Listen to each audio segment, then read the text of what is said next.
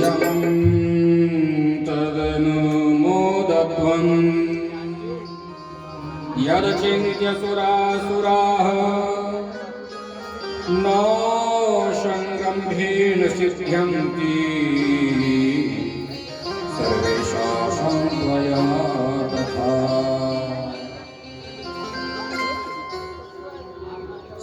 गोविंद मेरो है, गोपाल मेरो है,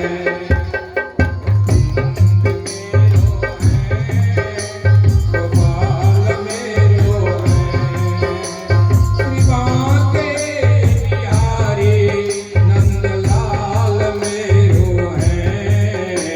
गोविंद मेरो है, गोपाल मेरो है, श्रीबांके बिहारी नंदलाल मेरो है।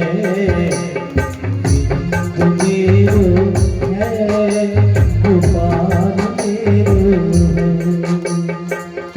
और सभी देवताओं ने समुद्र मंथन का कार्य प्रारंभ किया। क्या किया? समुद्र मंथन का कार्यक्रम। और कहते हैं, मैंने कल कहा था कथा में कि हम लोग बहुत पुण्यशाली भगवान के परम भक्त में से हैं। अब भक्ति करना हमारा और आपका फर्ज है, कर्म है। समुद्र मंथन कहाँ हुआ था पता है? यहां से लगभग 125 किलोमीटर की दूरी पर सिंहेश्वर धाम का नाम सुने हैं ना?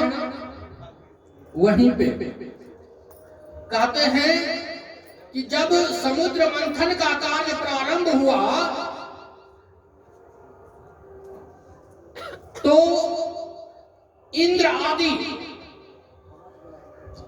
कल की कथा को जहां से लिए थे वहीं से प्रारंभ किए हैं।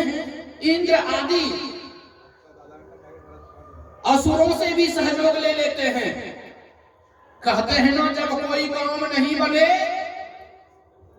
तो विपक्षी से भी साथ लेना पड़ता है। लेना पड़ता है कि नहीं लेना पड़ता है? हाँ, तो देवता लोग इंद्र भगवान असुरों से सहयोग मांगते हैं। और जब समुद्र मंथन प्रारंभ हुआ तो समुद्र मंथन प्रारंभ हुआ। आप लोग दूध को जब घी कैसे बना लेते हैं? दूध को औटते हैं, दूध से क्या होता है? मक्खन। तो मक्खन जो हो जाता है तो घी नहीं हो जाता है ना। उसको मथने के लिए एक कोई बर्तन तो चाहिए ना, तब ना उसमें घी निकलेगा। तो अब समुद्र मंथन जब प्रारंभ हो गया तो देवता लोग सोचे अब क्या करना है। तो भगवान विष्णु ने क्या किया? भगवान विष्णु ने कल की भी कथा में मंदराचल पर्वत जी आए थे और आज भी आ रहे हैं। तो मंदराचल पर्वत को लाना था। अब स्थिर कैसे होगा? तो अभी समुद्र मंथन ना होगा। तो अब मंदराचल पर्वत को लाने के लिए देवता लोग गए हुए थे। तो भगवान विष्णु ने कच्छप रूप धारण कर लिया। कौन सा रूप? कच्छप रूप धारण कर लिया।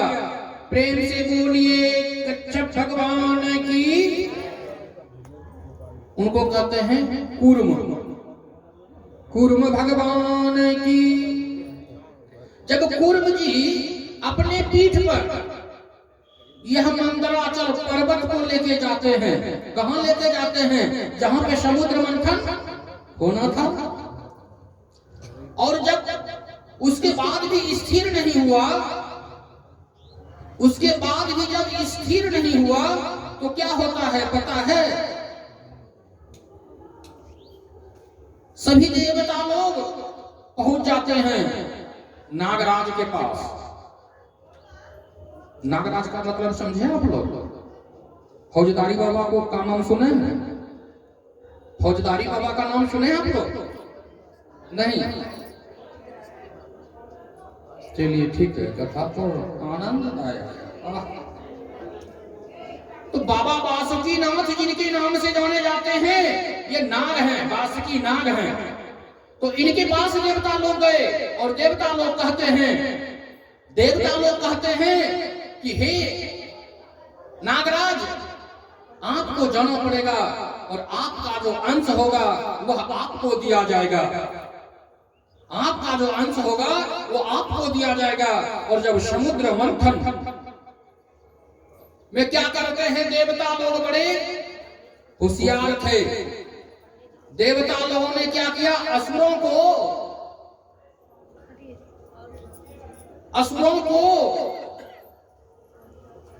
नाग के आगे लगा देते हैं। अर्थात सांप काटता कहां से है?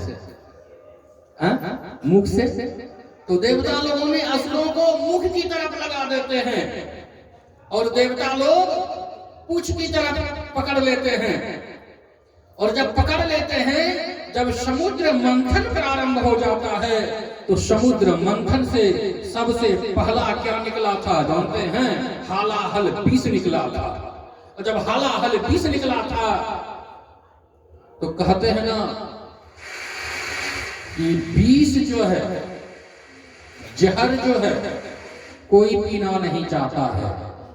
कोई पीना चाहते हैं? कोई नहीं, चाहे देवता भी क्यों नहीं रहे, कोई भी इसको पान नहीं करना चाह रहे थे।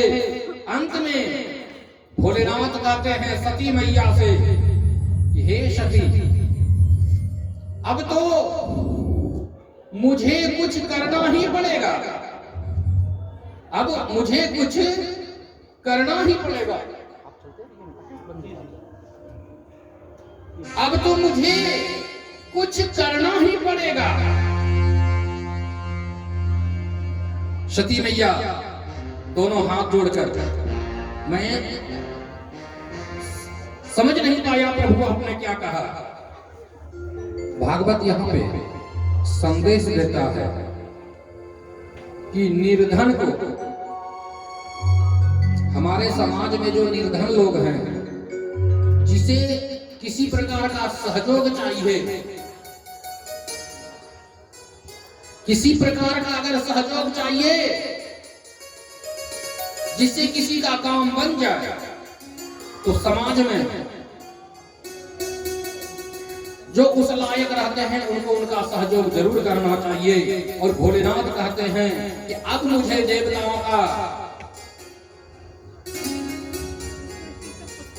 कष्ट के निवारण को करना ही पड़ेगा। और भोलेनाथ प्रकट हो जाते हैं और वहां पे देवताओं और असुरों में हाहाकार मचा हुआ था। क्यों? विष निकला है, जहर निकला है, हालाहल विष निकला है।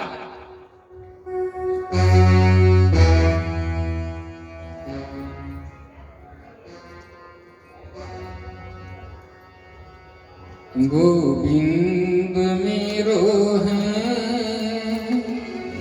गोपाल मेरो है, गोविंद मेरो है, गोपाल मेरो है, त्रिबाकी बिहारी नंदलाल मेरो है, श्रीबाके बिहारी नंदलाल मेरो है, गोविंद मेरो है, गोपाल मेरो है। और क्या होता है? भोलेनाथ उस देवताओं ने जब देखा कि अब तो भोलेनाथ आ गए हैं, अब तो काम बनना ही बनना है, भोलेनाथ उस विष को पीने के लिए तैयार हो जाते हैं। और जब तैयार हो जाते हैं तो विष कोई पीना नहीं चाहता, भोलेनाथ भी पीने के लिए नहीं चाह रहे थे। मेरे कष्ट तू मिटा दे ए त्रिपुरारी बाबा, मेरे कष्ट तू मिटा दे ओ त्रिपुरारी बाबा।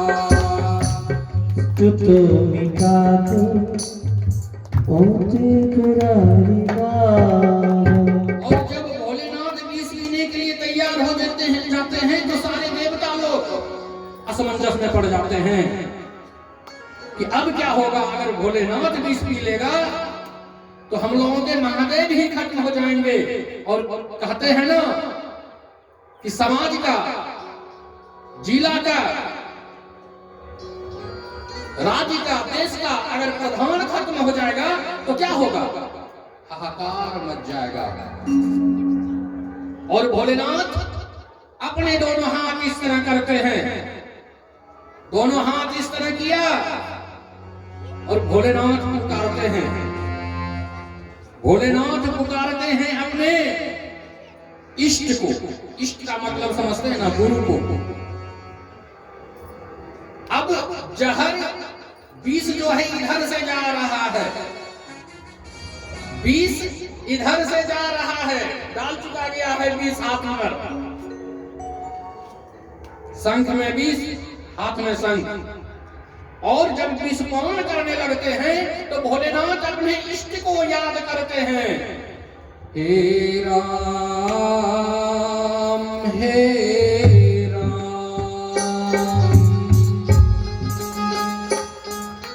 तो जान जाइए कि भोलेनाथ के इष्ट कौन थे?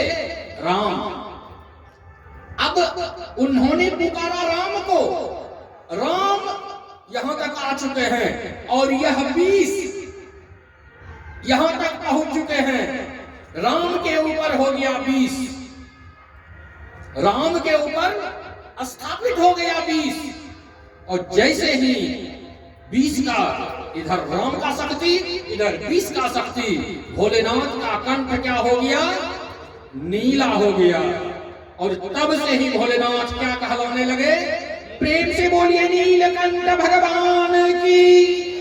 अभी भी आप लोग हरिद्वार से अगर कुछ दूरी पर पहाड़ मार्ग में जाइएगा तो आपको नीलकंठ भगवान का दर्शन होगा।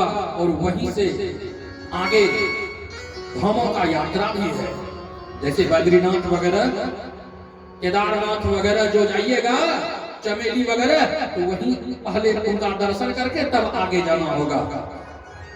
और कहा गया है ना, कहते हैं ना कि पहले का लिखा हुआ सब गलत है, कुछ गलत नहीं है। जो गलत हम लोग लिखेंगे वो गलत हो सकता है। जो पुराण में लिखा गया है, जो साधु संत ऋषि मुनि देवता लोग लिख के गए हैं, कहे हैं, वो सत्य होगा। आज ना कल चारों धाम का यात्रा नहीं हो पाएगा। सुन लीजिए, अभी हो रहा है ना, धीरे धीरे ये सब धाम लुप्त हो जाएंगे। क्यों लुप्त हो जाएंगे? तो धाम पे भी पाप ज्यादा हो रहा है। ये जो धाम का कहते हैं ना, धाम पे भी पाप हो रहा है, इसलिए ये धाम सब खत्म हो जाएंगे, नष्ट हो जाएंगे। भगवान कहीं चले जाएंगे, वहां के दर्शन नहीं हो पाएगा। समय का इंतजार कीजिए। और भोलेनाथ ने विषपान कर लिया, नीलकंठ कहला गए।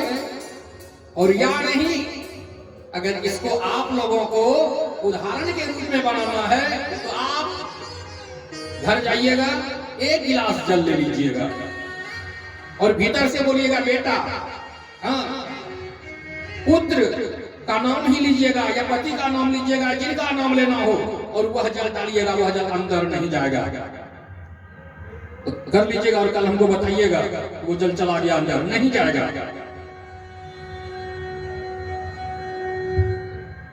जोरदार ताली होना चाहिए। और ये सही बात है, विष कोई पीना नहीं चाहता है, भगवान ने ग्रहण किया। भगवान शिव ने भी विष ग्रहण किया है। आज कहते हैं ना कि भोलेनाथ के मस्तक पे भांग चढ़ाया जाता है, बेलपत्र चढ़ाया जाता है, आंख धतूरा चढ़ाया जाता है। क्यों चढ़ाया जाता है? पता है, वही ताप उनका शांति हो। आजकल क्या करते हैं हम लोग, मोहल्ले में बजरंगबली का मंदिर अगर है तो जाते हैं, एकदम शादी में फूल बेलपत्र मिठाई धूप दीप लेके, और बजरंगबली का जब पूजा करते हैं तो मिठाई क्या करते हैं, उनके मुख में डाल देते हैं। हाँ, क्या करते हैं, उस मिठाई को उनके मुख में डाल देते हैं, प्रभु खाएंगे। अरे जिस दिन प्रभु खाना शुरू कर देंगे तो हम और आप क्या खाओगे? जब प्रभु खाना शुरू कर देंगे हम लोग कुछ खा पिएंगे। इसीलिए कहा गया है कि भगवान भाव के भूखे होते हैं, उनके सामने रख दो ना जो अर्पण करना है, और वह फिर उठा के प्रसाद ग्रहण करो ना। लेकिन आजकल तो विशेष ही भक्ति उमड़ चुका है। तो खैर ठीक है, हम लोग तो बतलाएंगे भाई इस यह शैली है पूजा का। अब नहीं आप मानिएगा तो मेरा दोस्त क्या है, उसमें खिलाइए बजरंगबली के मुख में। अब महिला लोग जाते हैं पूजा करने भोलेनाथ का, भोलेनाथ के शिवलिंग में भी सिंदूर करना शुरू कर देते हैं। अरे भोलेनाथ का भी सिंदूर नहीं पहने हैं, सिंदूर तो आभूषण है महिलाओं का, क्यों भोलेनाथ को सिंदूर बेचारे को दे रहे हो? हाँ? रघुपति राघव राजा राम पतित पावन सीताराम। रघुपति राघव राजा राम पतित पावन सीताराम। सीताराम सीताराम भगवन प्यारे सीताराम। और क्या होता है, जब विस्पान कर लेते हैं तो सबके मन में संशय कि अब क्या होगा। लेकिन याद रखिए, गुरु का जिनके ऊपर कृपा होता है उसका कोई बाल बसा नहीं होता है। और जो दीक्षित नहीं हुए हैं वे दीक्षित होने के लिए सोचिए, क्योंकि सारा शक्ति एक तरफ और गुरु का शक्ति एक तरफ होता है। दूसरा, उस समुद्र मंथन से क्या निकलता है पता है? कामधेनु, उच्चैःश्रवा घोड़ा, ऐरावत हाथी, कौस्तुभ मणि, कल्पवृक्ष, अप्सराएं। और जब माता लक्ष्मी समुद्र मंथन से निकली तो हाथ में एक माला लिए, हाथ में एक माला लिए। सभी देवता लोग सोचने लगे, और लक्ष्मी जी का स्वरूप इतना ही सुंदर कि कोई वर्णन नहीं है। सब देवता लोग सोचते हैं, असुर लोग सोचते हैं कि ये तो हमारे गले में माला पहना दे। सबके मन में यह भाव। भगवान विष्णु भी देखे लक्ष्मी मैया को, लक्ष्मी मैया ने भी भगवान विष्णु जी को देखा। लक्ष्मी जी घूम रही हैं चारों बगल, और वह माला भगवान विष्णु के गले में डाल देती हैं। प्रेम से बोलिए लक्ष्मी नारायण भगवान की जय। जोरदार ताली होना चाहिए। आज शादी ब्याह होगा यहाँ। हाँ, आज सिकंदरपुर में सीताराम जी का विवाह भी होगा, इसलिए ताली नहीं बजाइएगा तो ब्याह शादी कैंसिल होने वाला हो जाएगा, याद रखिए। और कहते हैं उसके बाद लक्ष्मी देवी के बाद बारूणी आदि निकले, और सबसे अंत में अमृत कलश लेकर एक धन्वंतरी देवी निकली, हाथ में अमृत का कलश। अब अमृत का कलश जैसे ही तो सबों ने सोचा कि पहले अमृत मैं पीऊं, मैं पीऊं, मैं पीऊं, मैं पीऊं। देवता और दानव में सब सोच रहे थे कि पहले मैं पी लूं। तो भगवान विष्णु ने क्या किया, मोहिनी रूप धारण कर लिया। मोहिनी का मतलब होता है कि देखते ही उनके मोह में फंस जाइएगा। उनके रूप को देखते ही उनका हो जाइएगा और वह कलश ले लेते हैं। भगवान विष्णु मोहिनी का रूप बन के और सबको कहते हैं कि हे देवता असुर लोग। आज तो आप लोग खाना पीना खा लिए हो ना, आप लोग भी खाना पीना खा के आए हैं, सात्विक रूप का आज खाना पीना खाए होंगे। तो आज जाइए आप लोग, आज यह अमृत का पान नहीं होगा, आज अमृत का पान नहीं होगा। कल आप लोग सवेरे जो है संध्या बंदन नृत्य कृत्य करके आइएगा। कल जो है सबको अमृत पिला देंगे जैसा जिसका भाग होगा। अब दूसरे दिन सब देवता असुर पहुंच जाते हैं, उसमें बलि जी भी थे। और जब बलि जी थे तो अब बलि जी भी पहुंचे थे। सब बैठते हैं जैसे आप लोग बैठे हैं ना।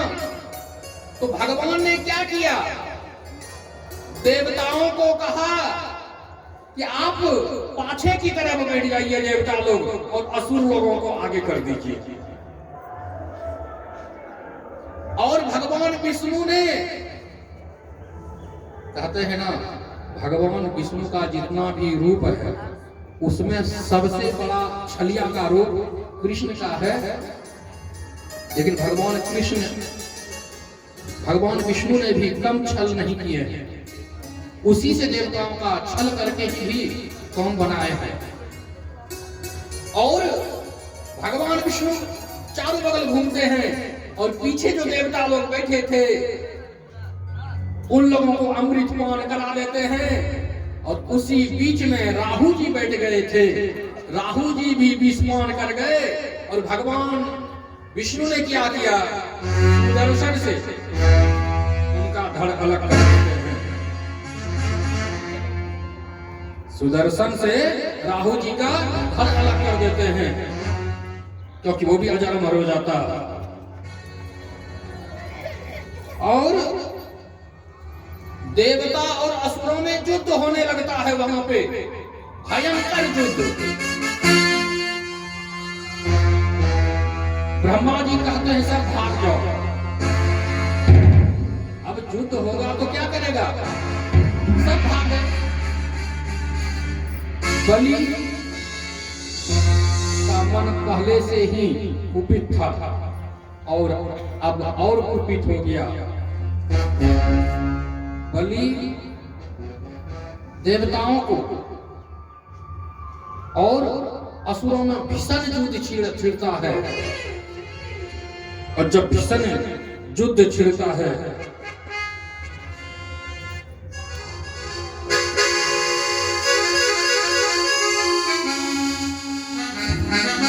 तो भगवान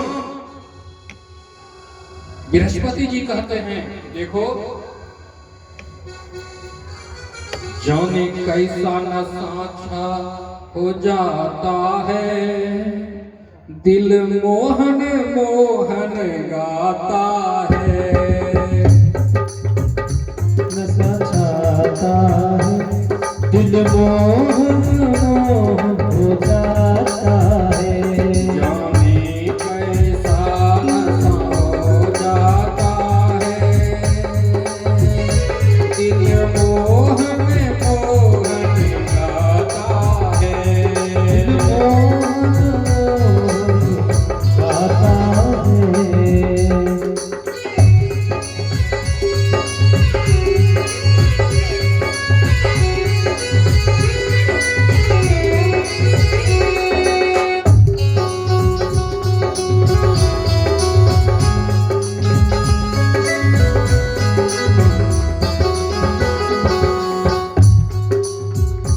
किसी और का ना हो पाता है, किसी और का होना पाता है। दिल मोहन मोहन गाता है। दिल मोहन मोहन गाता है।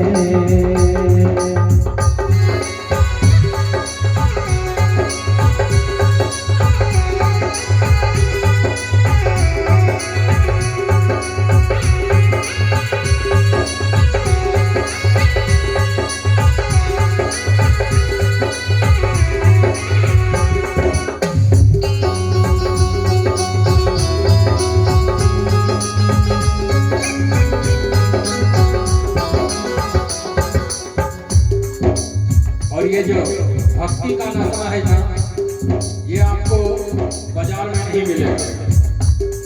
भक्ति का जो नशा होता है ये बाजार में खरीदने से नहीं मिलेगा। ये नशा नहीं बाजारों में नहीं मिलता, ये मेहरबानों में। ये नशा कहीं बाजारों में नहीं मिलता, कहीं मेहमानों में।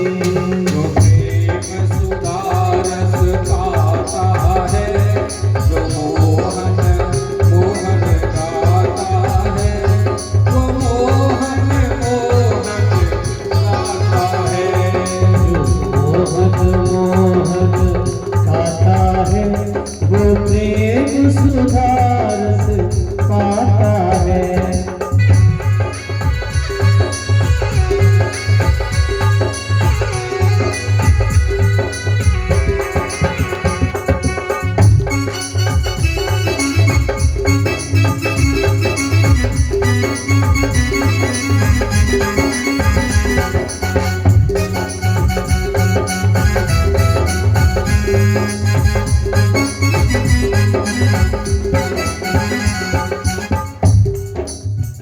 अपने अपने हाथ उठा लीजिए, उड़ाइए आप। जाने कैसा नशा हो जाता है, दिल मोहन मोहन गाता है। कैसा नशा हो जाता है, दिल मोहन मोहन गाता है। इसको पी कर रस खान हुए, कोई मीरा कोई तुलसीदास हुए। जिसको पीकर रस खान हुए, कोई मीरा कोई तुलसीदास हुए। कोई सूरदास हो जाता है, कोई सूरदास हो जाता है, जो मोहन मोहन गाता है। कैसा नशा हो जाता, जो मोहन मोहन गाता है।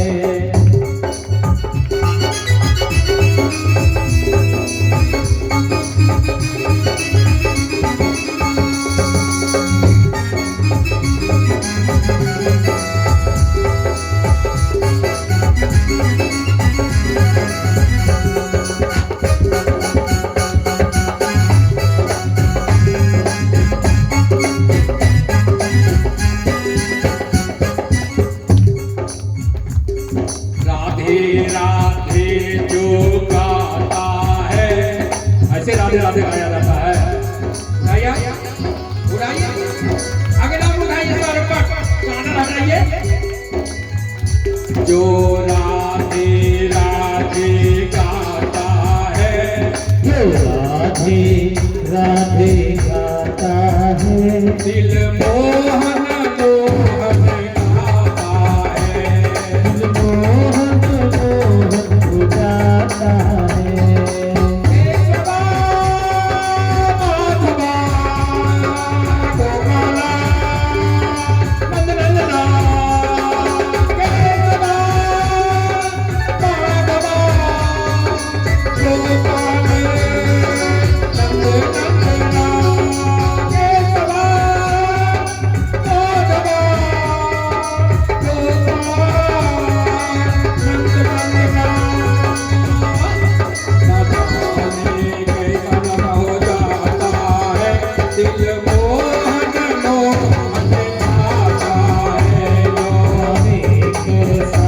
नशा हो जाता, दिल मोहन मोहन गाता है।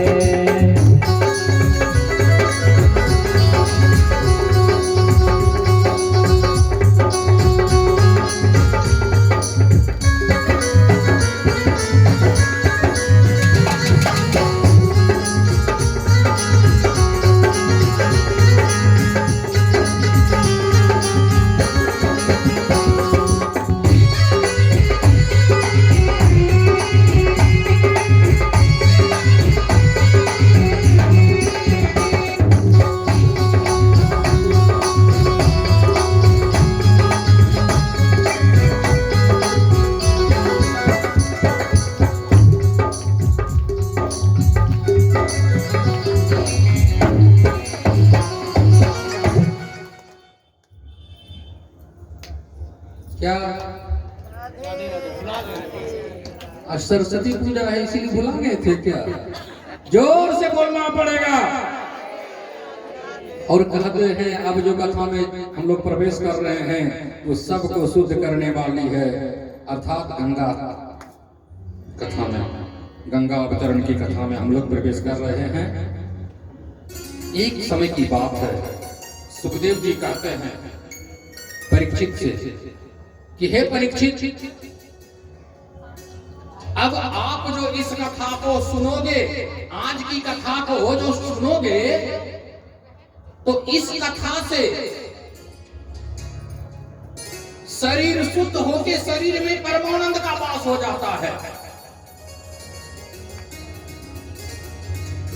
दोनों हाथ जोड़ के परीक्षित कहते हैं सुखदेव जी से कि हे प्रभु, मैं धन्य हो गया जो कि हमें इतना आपने ज्ञानोपदेश की कथा को कहा, भगवान के अवतारों की कथा को कहा, कृपया जगत कल्याण के लिए कथा को आगे से वर्णन कीजिए। गंगा गंगा तियो नामानी जो जपानी नरमना। एक समय की बात है, सगर चक्रवर्ती सम्राट थे।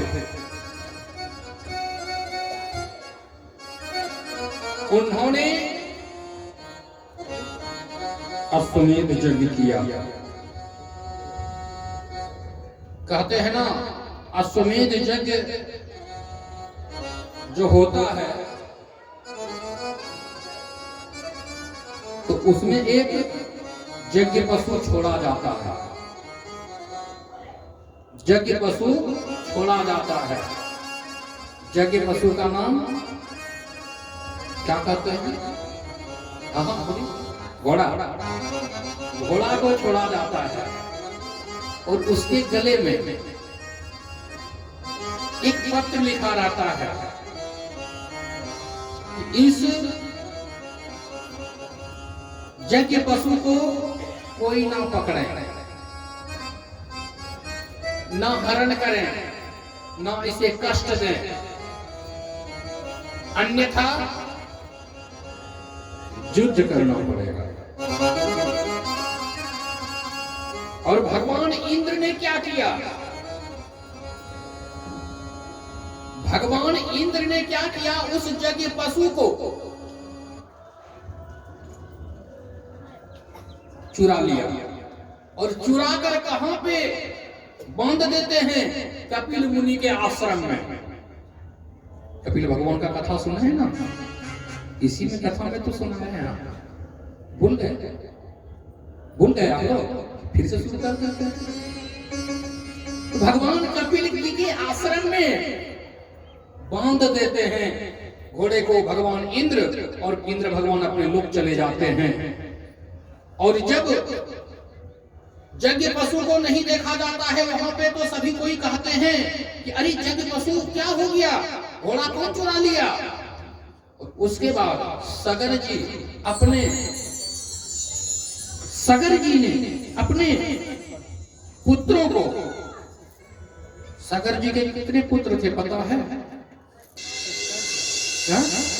बोलिए 60,000 पुत्रों को आदेश दिया कि यज्ञ पशु का पता लगा। हम लोग तो युग परंपरा के अनुसार हम तो हमारे दो में आ गए हैं, और पहले क्या होते थे? हजारों पुत्र, सबों पुत्र, हाँ सबों पुत्र, सबों को आदेश दिया कि जाइए पता लगाइए। सगर जी ने अपने पुत्रों को, और उनके पुत्र चल पड़ते हैं पता लगाने। यज्ञ पशु का पता नहीं चलता है तो क्या होता है कि इस पृथ्वी को खोदकर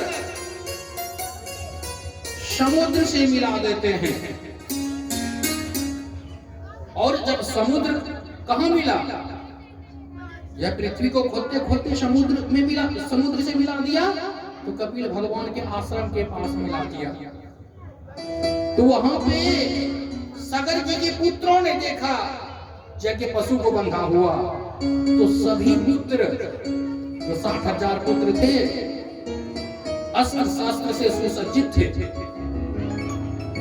सबों ने एक स्वर में कहा कि इसी ऋषि मुनि ने, यही जो ऋषि है इसी ने यज्ञ पशु चुरा लिया है और अपने यहाँ बांध लिया है, अर्थात इसे मारो, अर्थात इसे मारो।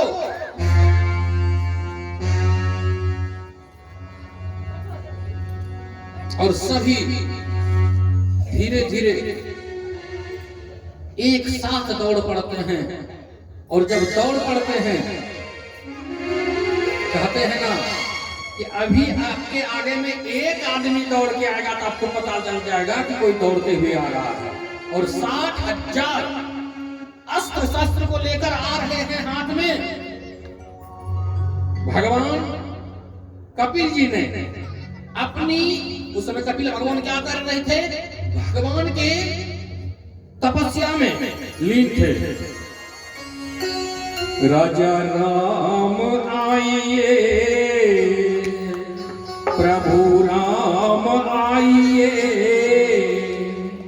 मेरे राम आइए, मेरा भोजन का भोग लगाइए, मेरे भोजन का भोग लगाइए। राजा राम आइए, प्रभु राम आइए, मेरे राम आइए, मेरे भोजन का भोग लगाइए, ओ मेरे भोजन का भोग लगाइए।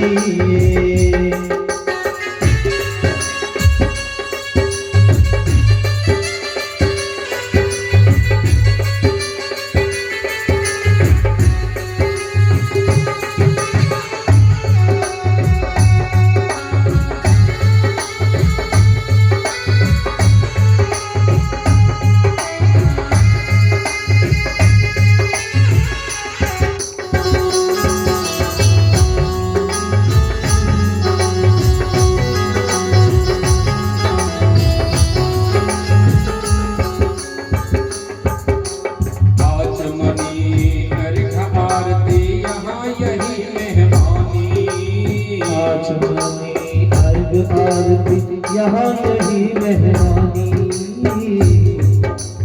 रोटी रोटी पाओ प्रेम से हो, रोटी रोटी पाओ प्रेम से, पियो नदी का पानी, पियो नदी का पानी। राजा राम आइए, राजा राम आइए, मेरे राम आइए, राजा राम आइए, मेरा भोजन का भोग लगाइए, ओ मेरे भोजन का भोग लगाइए।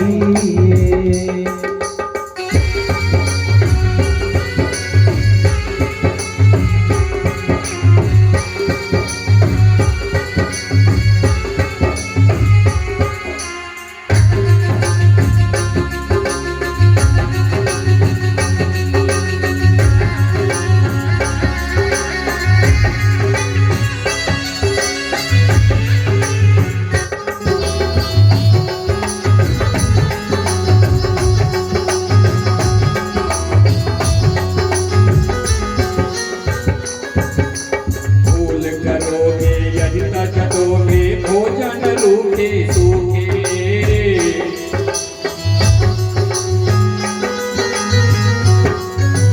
फूल करोगे यदि तजोगे, भोजन रूखे सूखे।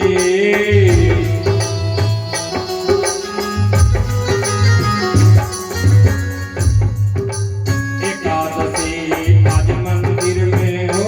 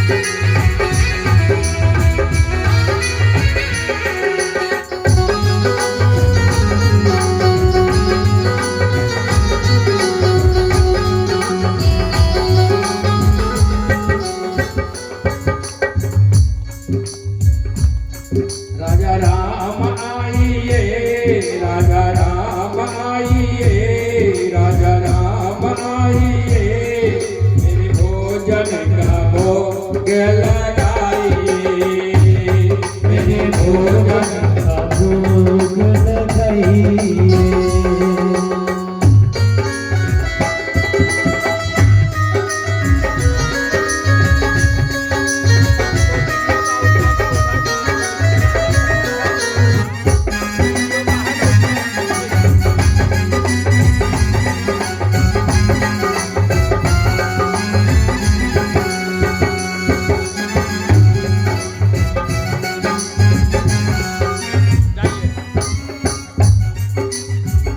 कौन कौन चाहते हैं कि आपका भी भोग लगे, आपका भी भाव का भोग लगे? कौन कौन चाहते हैं? बस इतना आदमी का भोग लगाने के लिए है भाव। चलिए सबका भोग लगेगा, हाथ उठाइए। राजा राम आइए, राजा राम आइए,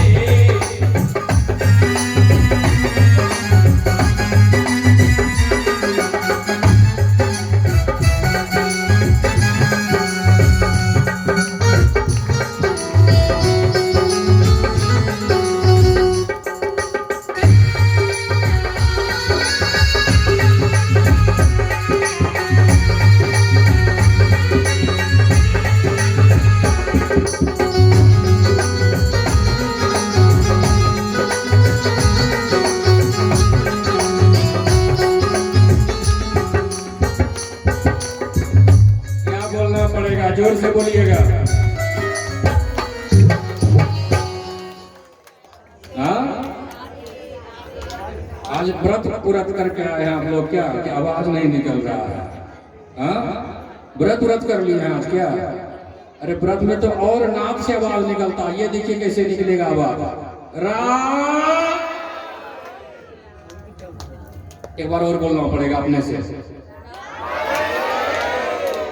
कोई बात नहीं है, मत बोलिए। और जब भगवान कपिल जी ने, जब भगवान कपिल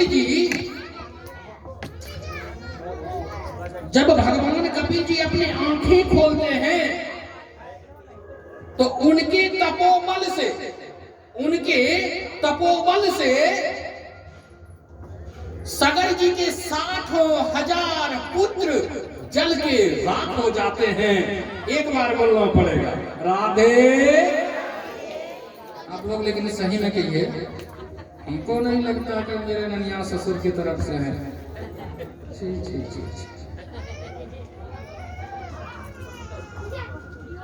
बड़ा आप लोग अपना जो है, खैर कभी कथा नहीं सुनाए इसीलिए आप लोग इसमें परमिट नहीं लिए नाना जी से। इस बार परमिट मिल जाएगा आप लोगों को।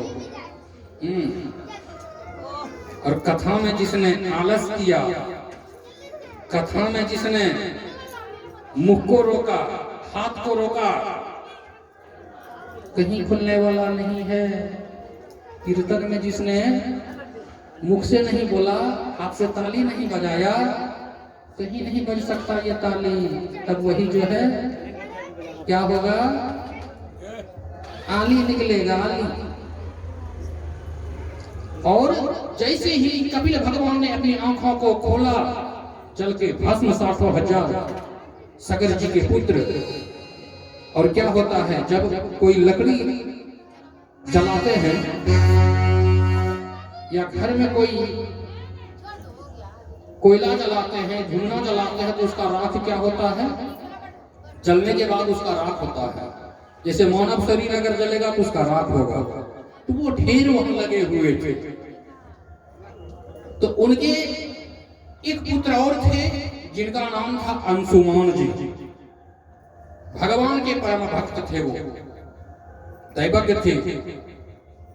उन्होंने कहा कि देखो बेटा, तुम्हारे भाई लोग गए हैं, अभी तक पता नहीं चला है, आप जाओ जग पशु का पता लगाओ और अपने भाइयों का पता लगाओ। चल पड़ते हैं। जब अंशुमान जी जाते हैं तो अंशुमान जी जब जाते हैं तो क्या होता है, अंशुमान जी कपिल मुनि के आश्रम में पहुंच जाते हैं और जग पशु को बंधा हुआ देखते हैं और इधर भस्म का ढेर देखते हैं तो वो समझ जाते हैं। और जब समझ जाते हैं तो भगवान कपिल के चरणों में साष्टांग प्रणाम करते हैं। भगवान कपिल के चरणों में साष्टांग प्रणाम करते हैं और जब साष्टांग प्रणाम करते हैं तो भगवान कपिल उनको आशीर्वाद देते हैं, आयुष्मान भव सौम्य, आयुष्मान भव सौम्य आशीर्वाद देते हैं उनको। और जब आशीर्वाद देते हैं तो कहते हैं कैसे आना हुआ, कहते हैं कि आप तो सब चीज जानने वाले हैं, आप हर चीज जानने वाले हैं, सो मैं अपने भाइयों के बारे में पता लगाने आया हूँ और जग पशु के का भी पता लगाने के लिए। और जग पशु तो मैंने देखा लेकिन मेरा मन कुछ विचलित सा यहाँ है। विचलित मन कब होता है? जब आपके स्वजन को कोई कष्ट हो जाए। और याद रखिए यहाँ पे भागवत संदेश देता है, आपके अगर कोई भाई बंधु खत्म हो जाते हैं तो बिना संदेशा दिए आपको अनुभव हो जाएगा। कैसे अनुभव हो जाएगा? आपका जो मुख का स्वाद है वो बदल जाएगा। कभी गौर कीजिएगा इस चीज को। क्यों? कि आपका सांस, रक्त, मांस उन्हीं की जैसा है, इसीलिए वो मुख का बदबू आना स्वाभाविक बात है। जोरदार ताली होना चाहिए। सत्य में यह सब बात सत्य है, कोई झूठा नहीं कर सकता। अभी हमको, आपको, सबको लोभ में बांट देता है मानव। हम लोग अभी क्या हो गए हैं? मानव कलयुगी प्रवृत्ति के हो गए हैं। हमें समभाव का कोई ज्ञान नहीं है, हम अज्ञानी हो रहे हैं। और जब पूरा अज्ञानी हो जाएंगे तो ज्ञान देने के लिए आएंगे भगवान। चिंता मत कीजिए, फिर समय आएगा कि दूर दूर पर रोशनी दिखाई पड़ेगा। काल चक्र का इंतजार कीजिए। और भगवान कपिल कहते हैं कि वह यज्ञ पशु जो है आपका है, वह यज्ञ पशु आपका है, आप लेते जाइए। अंशुमान जी कहते हैं कि ये जो ढेर है भस्म का, यह लगता है कि मेरे भाइयों का है। कपिल जी कहते हैं कि हाँ। अंशुमान जी कहते हैं कि इनका कल्याण कैसे होगा, इनका उद्धार कैसे होगा, इनका मोक्ष कैसे होगा। तो कपिल जी कहते हैं कि देखिए, कपिल जी कहते हैं देखिए, इनका उद्धार तभी संभव है जब गंगा स्वर्गलोक से मर्त्यलोक पे आएगी। स्वर्गलोक से मर्त्यलोक पे आएगी तो इनका उद्धार होगा। ये बताइए। अंशुमान जी सोचने लगते हैं, कहते हैं कि देखो अंशुमान जी, आप जाके गंगा मैया का तपस्या करो। अंशुमान जी जग पशु लोग के जाते हैं और आजीवन जितना उनका उम्र था जीने का, आजीवन उन्होंने गंगा मैया का तपस्या किया। मैया हो गंगा मैया, मैया हो गंगा मैया, गंगा हो गंगा मैया। और क्या होता है पता है? समय आने पर उनका मृत्यु हो जाता है, गंगा मैया का दर्शन नहीं होता है। और अंशुमान जी के पुत्र थे दिलीप,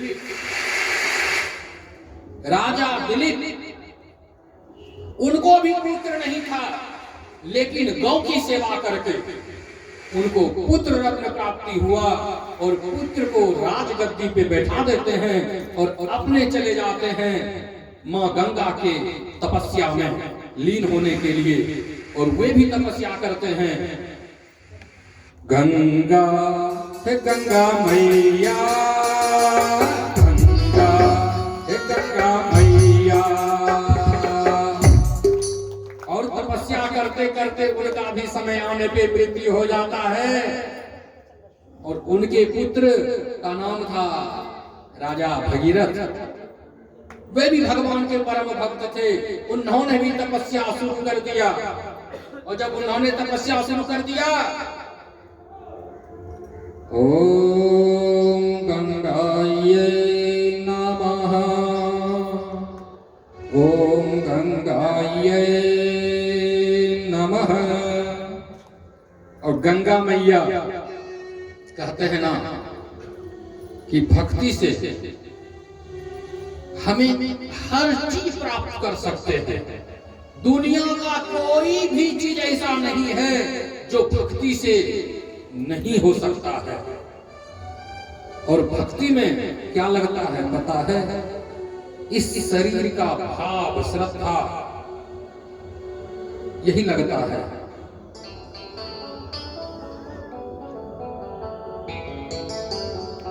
अपने शरीर पे ना कोई गुमान कर लो बंदा, न अपने शरीर पे गुलामी कर लो रे बंदा। इसलिए आप लोगों को भागवत संदेश देता है कि जीवन में दुख हो, तकलीफ हो, कष्ट हो, भगवान को पुकारो सर्वप्रथम, क्योंकि दुनिया वालों को पुकारोगे सुन लेगा, कोई आपका सुनेगा नहीं, क्योंकि दुनिया वाले स्वार्थी होते हैं, दुनिया वाले लोभी होते हैं, दुनिया वाले आपको खत्म करना चाहते हैं। लेकिन आपको भगवान का भजन, भगवान का कथा, भगवान का संगीत कीर्तन सजीवता देता है। भगीरथ क्या काम था राजा को? कोई काम था? अरे राजा को कोई काम नहीं था। भगीरथ जी को, दिलीप जी को, उन्होंने गंगा मैया के लिए तपस्या किया। हाँ? क्यों? आपका उद्धार अभी तक हो रहा है गंगा मैया से। हो रहा है कि नहीं हो रहा है? जोरदार ताली होना चाहिए। और गंगा मैया प्रकट हो जाती हैं भगीरथ जी के सामने। जब भगीरथ जी के सामने प्रकट हो जाती हैं तो भगीरथ से कहते हैं गंगा मैया कि हे वत्स, अपनी आंखें खोलो, बताओ क्यों मेरा तपस्या कर रहे हो, क्या काम है? हे माता, मैं जो तपस्या कर रहा हूं ये आपको पता है, और आपको स्वर्ग लोक से मर्त्य लोक आने का और मेरे पूर्वजों का उद्धार हो, इसीलिए गंगा मैया कहती है कि देखो, अगर मैं स्वर्ग लोक से मर्त्य लोक में आऊंगी तो मेरा धार जो है, मेरा धार बहुत तेज है, और अगर मैं स्वर्ग लोक से पृथ्वी लोक में आई मर्त्य लोक में आई तो मैं रसातल में चली जाऊंगी। इसलिए मैं आने के लिए तैयार हूं, लेकिन मेरे भार को कोई ग्रहण करे, मेरे भार को कोई ग्रहण करे, उसके लिए आप तपस्या करो। जिस समय कहोगे भगीरथ, मैं उस समय जाने के लिए तैयार हूं। माता चली जाती हैं, तुरंत नारद जी आ जाते हैं वहां। बीना बजाते हुए नारदिया पढ़ते हैं। और भगीरथ जी सोच ही रहे थे, भगीरथ जी सोच ही रहे थे, तो नारद जी कहते हैं कि हे भगीरथ, आप क्यों उदास हैं? आपका उदासी जो लीन हो रहे हो उदासी में क्यों? इसका कारण क्या? सारी बात को बता देते हैं नारद जी से। नारद जी कहते हैं कि चिंता की बात मत है, कोई बात नहीं है, किसी प्रकार का आप चिंता मत करो, छोड़ दो। और आप जो समस्त सृष्टि के भार को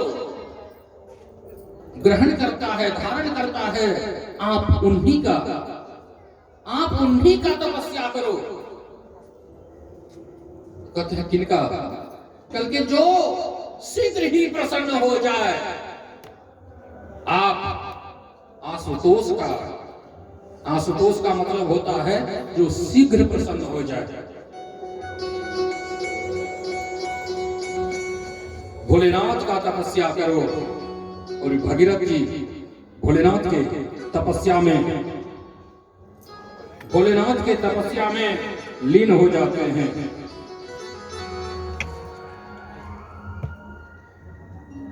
ओम नमः शिवाय।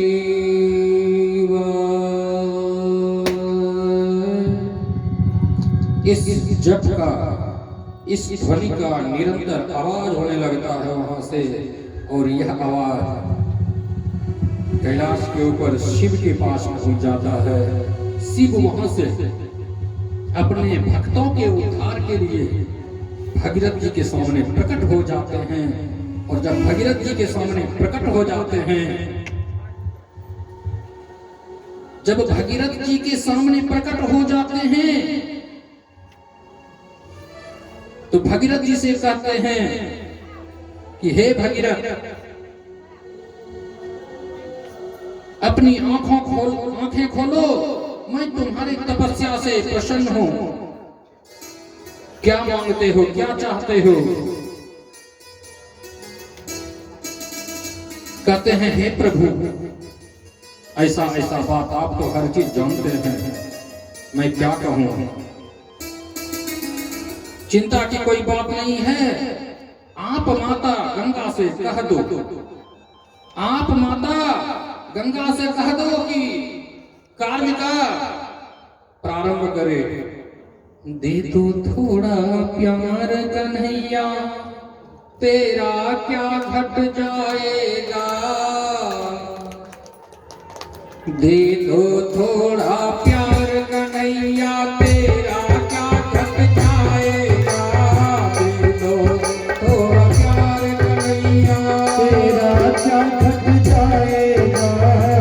दे दो थोड़ा प्यार।